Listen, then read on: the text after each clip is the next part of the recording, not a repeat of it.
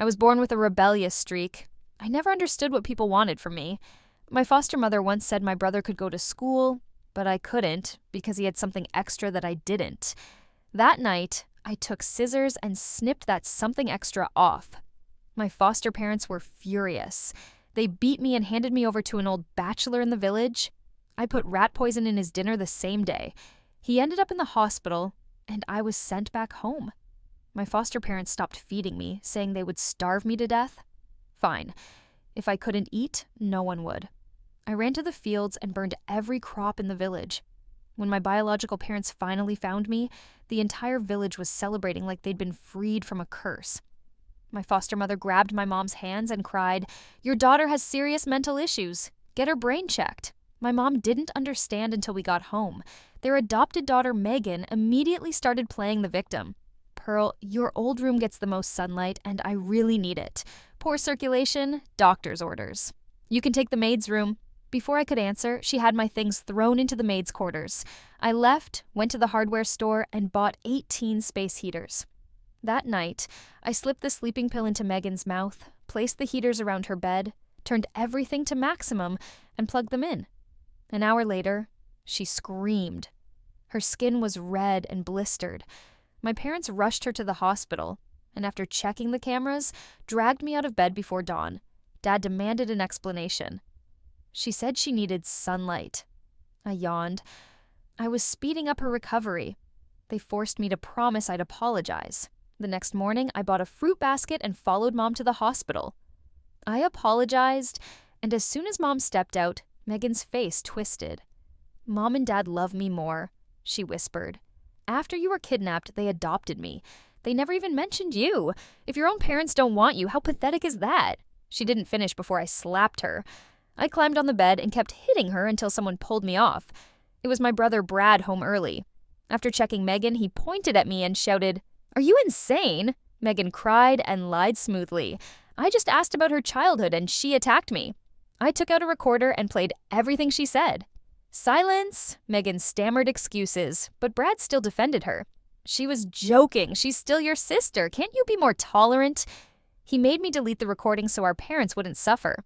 Mom returned, saw Megan's swollen face, and believed Brad when he said she'd bumped into something. She asked him to handle Megan's discharge and drive us home.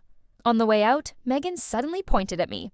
"Brad, I can't sit with her. I feel sick from her smell. Can she take a cab? It's only 5 miles. Brad frowned. He actually considered it. Before he finished speaking, I agreed. "Sure, but I want to leave something in your car." He opened the door. I lit a lighter and tossed it inside.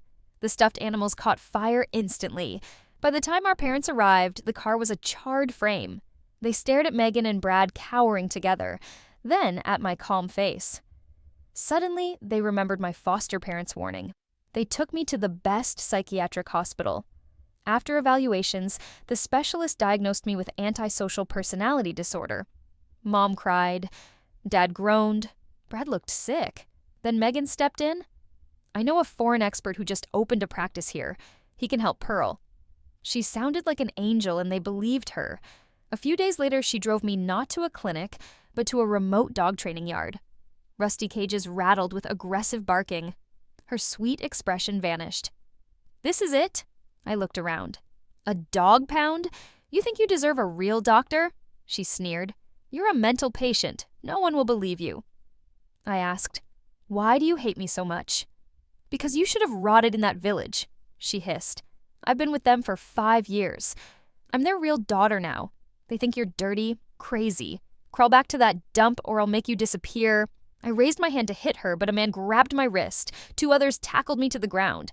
Megan snatched my recorder from my pocket, smashed it, and slapped me hard. "Since you love violence, I'll give you some," she spat. After several blows, I tasted blood, but I smiled. A slow, eerie smile that made her freeze. "Megan," I said softly, "what do you think Mom, Dad, and Brad would say if they saw the real you?" She smirked. "Your recorder is gone. Even if you end up half dead, they'll think you attacked someone again. No one believes a lunatic." "Oh, really?" I tilted my head and pulled out a tiny device with my free hand. A miniature recorder.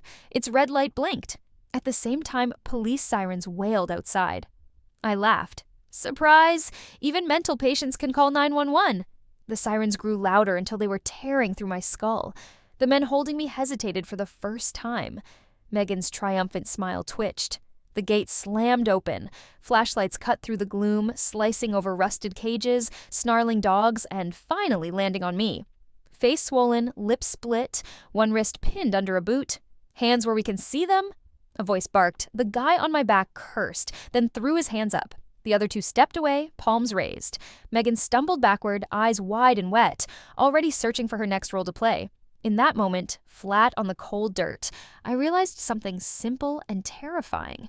If those sirens had come a minute later, I wouldn't have needed a psychiatrist. I would have needed a coffin. A female officer knelt beside me. "Can you move?" I nodded. My head spun as she helped me sit up. Gravel bit my skin. The metallic stench of blood and wet dog fur was thick in the air. "What's your name?" she asked. "Pearl," I said. Her eyes flicked to the faintly blinking device in my hand. "Is that recording?" "Yes," I said, my voice scratchy but steady. "And it has everything." Megan snapped out of it. "Officer, there's been a misunderstanding," she said quickly, pointing at me like she was swatting a fly. "She's mentally ill. She ran off during a hospital visit. We just found her here. I was trying to get her help, but she attacked us. You can see how unstable she is." "Ma'am," the officer cut in. "You're going to stand right there and be quiet." The male officer closest to Megan lifted the tiny recorder from my hand, brows rising at the blinking red light. He clicked a button. Megan's own voice filled the night. Tiny, but clear. "You should have rot in that village. I'll make you disappear." Every word struck like a nail being hammered into a lid. Hers. The officers exchanged the look. "Turn around." The female officer told Megan she is under arrest. Megan's composure shattered. "Wait, you can't. Brad will explain. My parents—" "Turn around." The snap of the cuffs was the cleanest sound I'd heard in days. They loaded all of us into different cars. My head throbbed with every bump in the road. I rested my forehead against the cool window, watching the dog pound shrink into a smear of darkness in the rearview mirror. I thought I'd feel satisfied. I didn't. All I felt was tired. Bone deep, soul level tired. Like the anger that had kept me alive all those years was slowly unclenching, leaving an ache behind. At the station, they took my statement. A paramedic cleaned my cuts while an officer replayed the recording in another room. I could hear my own voice coming faintly through the door flat and calm, while Megan's rose and cracked and sneered. "Miss Lynn," the female officer said, eventually stepping back into the room. "We've called your parents. They're on their way." Of course they were. "Will you believe them when they say I'm crazy?" I asked her quietly. She studied me for a moment. "I believe what I can prove," she said. "Right now, what I can prove is that you've been assaulted and lured under false pretenses. Whatever diagnosis you have doesn't give anyone the right to treat you like this." I let out a breath I didn't realize I was holding. An hour later, my parents burst into the station like the building was on fire. Dad's hair was messy. Mom's eyes were swollen as if she'd been crying the whole drive. Brad followed behind them, jaw tight. The moment Mom saw me, she rushed forward and grabbed my shoulders. "Pearl, are you okay? Are you hurt? Why did you run off with Megan? The hospital called about her. The doctor." "The doctor isn't at a dog pound," I said flatly. She froze, fingers tightening. "What?" The officer invited them into a small interview room and played the recording on the speakers. Megan's voice washed over us again. "You think you deserve to see a specialist? They already see me as their real daughter. I'll make you disappear." I watched my mother's face rearrange itself piece by piece. First confusion, then disbelief, then something roared darker. Dad's knuckles widened on the table. Brad stared down at his fists like they belonged to someone else. When the recording ended, the room went silent. Dad swallowed hard. This can't be right. Megan would never. Maybe it's edited." "It's not," the officer said calmly. "We've already checked the device. Continuous recording. Chain of custody is intact." Mom looked at me like she was seeing me for the first time in years. Not as a problem, not as a diagnosis, but as a person. "Pearl," she whispered, voice breaking. "Why didn't you tell us sooner?" I laughed, a short, humorless sound. "I did, just not in the language you wanted to hear." Brad flinched. He'd been the bridge between us, the translator who always turned Megan's venom into jokes and my anger into episodes.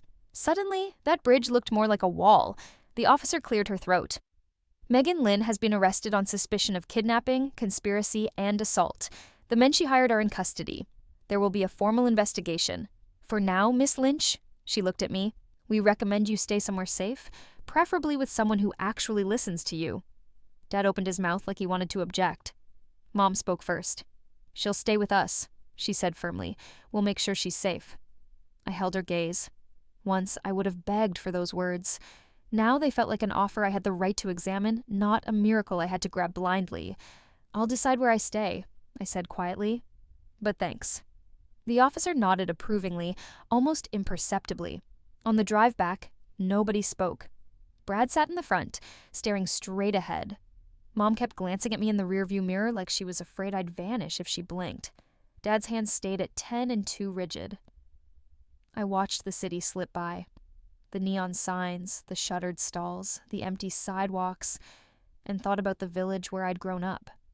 About flames turning fields into black skeletons against the night sky, about the old bachelor wheezing in the hospital, my foster mother wailing to my biological mother, "Your daughter has serious mental issues. They weren't wrong, they just never bothered to ask why." When we pulled into the driveway, Brad turned off the engine but didn't get out right away. "Pearl," he said quietly, still facing forward. "Why did you have a second recorder?" "In case you made me delete the first one," I replied. The words hung in the air between us. He winced. "I didn't know Megan would." "You knew enough," I cut in. "You knew she twisted things. You knew she said cruel stuff. But as long as she cried after, you forgave her. As long as she clung to you, you chose the story that hurt you least." He turned around finally. His eyes were red, rimmed with guilt. "I thought you were just acting out," he said. Like before the heaters, the car, I kept telling myself you were the one going too far. "I did go too far," I said simply. "Doesn't mean she was innocent." He opened his mouth, closed it, then nodded slowly. "You're right." It was almost worse hearing him say that now. Inside the house, my old room was exactly how Megan liked it. Soft curtains, pastel bedding, vanity full of skincare products and perfume. There was a faint smell of her favorite floral shampoo lingering in the air. Mom stopped at the doorway, staring at the bed like it was an altar she'd been praying at for 5 years. "I'll have someone change the sheets," she murmured. I stepped past her and threw open the curtains. Sunlight poured in, harsh and bright. Dust motes exploded in the air like tiny fireworks. "I'll do it myself," I said. While they hovered in the hallway, whispering, I stripped the bed, tugging the sheets off like a skin that didn't belong to the room. Each item I stuffed into the garbage bag felt like an exorcism. The pink throw blanket, the lace pillows, the fake blue skywall decals, none of it was mine. "What do you want to do with these?" Dad asked from the doorway when I dragged the bulging bag into the hall. "Donate them," I said, "or burn them." "Your call," he flinched at the word burn. "Donate," he said quickly. I almost smiled. That night, Mom knocked on my door and came in without waiting for an answer. She was holding something, a worn shoebox with a rubber band around it. "This was in storage," she said, setting it on my desk. "From before." "Before what?" I asked. She swallowed. "Before you were taken." The rubber band snapped under my fingers. Inside the shoebox were scraps of another life. A tiny dress with a strawberry print, a plastic bracelet with my name on it in crooked letters, a photo of me sitting on Brad's back, both of us laughing. Dad mid-chase in the background. "He used to call you his shadow," Mom whispered. "You followed him everywhere. When you disappeared, he stopped talking for almost a year. We thought adopting Megan would help him." "Did it?" I asked. "For a while," she admitted. "She was so sweet at the orphanage. Shy, clingy. She cried if we left the room. The director told us she'd been abandoned twice already. Brad said she looked like a lost puppy. I stared at the photo between my fingers. My face was rounder then, softer. My eyes didn't have that flat, watchful look yet. "You never told me any of this," I said. "We didn't know how," she replied. "We thought it would just reopen wounds. And we were ashamed. We failed to protect you once. When you came back with that anger in your eyes, we thought we were looking at the damage we'd done. We wanted to fix you, not admit we were part of the problem." Her voice trembled on the last word. I thought about all the times they'd brushed off my stories, replaced my words with Megan's, rushed to get my head examined instead of looking at the life I'd lived. "You didn't try very hard to understand," I said. Not to be cruel, but because it was the truth. She nodded, tears spilling over. "I know, and I will spend the rest of my life making up for that if you let me." I didn't promise forgiveness. I didn't owe them instant absolution just because the truth had finally clawed its way into the light, but I didn't slam the door in her face either. That, I realized, was new. Over the next few weeks, the investigation unfolded like a slow, excruciating surgery. The men Megan had hired cracked quickly when they realized the police already had the recording. They confessed to being paid to scare me, to teach me a lesson. One of them even admitted Megan had shown them a photo of me with a caption, "She thinks she's invincible. Break that." The prosecutor wanted me to testify. I said yes. There was a time when I would have preferred to burn the whole house down and walk away from the ashes, but now the fire had already been lit. I could either let it consume everything or stand in front of it and name its source. At the pretrial hearing, Megan shuffled in wearing an orange jumpsuit, wrists cuffed, hair pulled back. She still managed to look fragile, like any moment she might collapse. Our eyes met.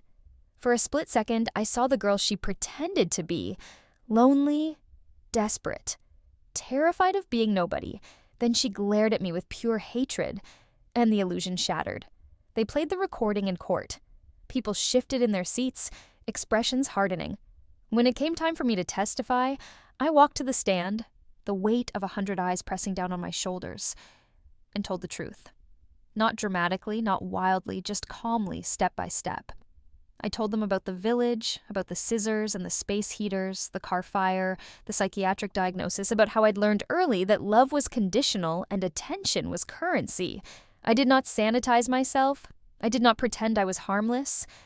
"I have antisocial personality traits," I said, the words hanging heavy in the courtroom air.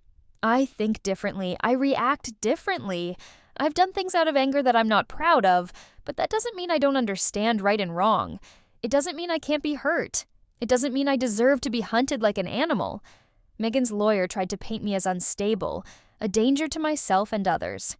He asked if I enjoyed hurting people, if I felt remorse, if I thought my diagnosis made me special. I looked him in the eye. "No," I said. "It doesn't make me special. It makes my life harder, but it doesn't make everyone who hurts me innocent." The judge watched me closely, gaze unreadable. When it was all over, when Megan had been let out past us, chin up like she was still on some twisted stage, Mom touched my hand. "You were brave," she said. "I was honest," I corrected. "It's different." The twist came later, quietly, in an office that smelled like old paper and coffee. Our lawyer slid a folder across the desk toward Dad. "There's something else," she said. "Something from the old case, the kidnapping." My stomach tightened. She opened the folder and pulled out a photocopy of a statement from years ago. "One of the foster parents admitted they'd been paid to keep quiet if you were ever found," she said, glancing at me. "Paid by someone local." "Who?" Dad demanded voice. She hesitated, then looked up. "The owner of the casino where you used to work security before you started your own company?" I blinked. Dad went pale. "That's impossible. He always said he helped us with the search." "He did," she said. "And he also made sure certain leads went nowhere. According to this witness, your daughter was taken as leverage. He thought you'd stay loyal if you believed you'd failed to protect her. Guilt is a powerful leash." My mind flashed back to the village, the way no one would look me in the eye unless they were calling me cursed, the way my foster parents had clenched their jaws when my biological parents arrived, like they were bracing for something worse than losing a child. "So Megan wasn't the first person to weaponize me," I murmured. In the silence that followed, something inside me shifted again. For so long, I believed my story was a straight line. I was broken. Therefore, everything that happened after was my fault. But now I saw the loops, the hands pulling strings long before I knew there were strings to pull. I went home and sat at my desk, staring at the old photo from the shoebox, Me on Brad's back, Dad chasing us, Mom laughing behind the camera. We had all been pawns once. The question was whether we were going to stay that way. That night, instead of fantasizing about revenge, I opened a blank document on my laptop and started typing. Not a manifesto, not a confession, a record, names, dates, details, the village, the bachelor, the psychiatrist who'd stamped antisocial and never asked about trauma, the casino boss who bought my absence. Megan, who had tried to turn my diagnosis into a weapon, ended up handcuffed by her own words. I wrote it all down. It wasn't about going viral or getting sympathy. It was about building something I never had, a version of my life that belonged to me, not to whispers or diagnosis or other people's guilt. Weeks later, when the sentence came in, Megan got time, her hired thugs got more, and there were murmurs about reopening the old kidnapping case. I didn't feel triumphant. I felt steady. After dinner that night, Brad knocked on my door. He held out a key. "What's this?" I asked. "Spare key to my apartment," he said, "in case you ever want some space." No pressure, just I figured you should have options that aren't dog pounds and burning cars. For the first time, his attempt at a joke didn't make me want to hit him. "Thanks," I said, taking the key. "I'll think about it." He turned to go, then paused. "Pearl?" "Yeah." "I believed her because it was easier than believing I'd failed you," he admitted. "I don't expect you to forgive me. I just need you to know I see it now." I studied him. The guilt, the effort, the cracks in the perfect big brother act. He was trying. Not the way people try when they want to skip to being forgiven, but the way they try when they know they might never be. "That's a start," I said. After he left, I lay on my bed and let the sunlight from the window warm my face. The same window Megan had once demanded because she needed it to survive. Funny. I'd survived without sunlight, without food, without safety in places where no one cared if I existed. I'd walked through fire, I'd lit myself and dwell fires others had lit around me. And I was still here. I didn't know what came next. Therapy, probably real therapy this time, where the doctor looked at me like a person, not a problem to tranquilize. Maybe school. Maybe work. Maybe taking all this rage and precision and turning it into something other than destruction. For the first time, the future didn't look like an empty hallway or a burning field. It looked like a blank file waiting to be named. I glanced at the tiny recorder on my nightstand. Its red light off now. For years, I'd been recording other people. Maybe it was time I started recording myself.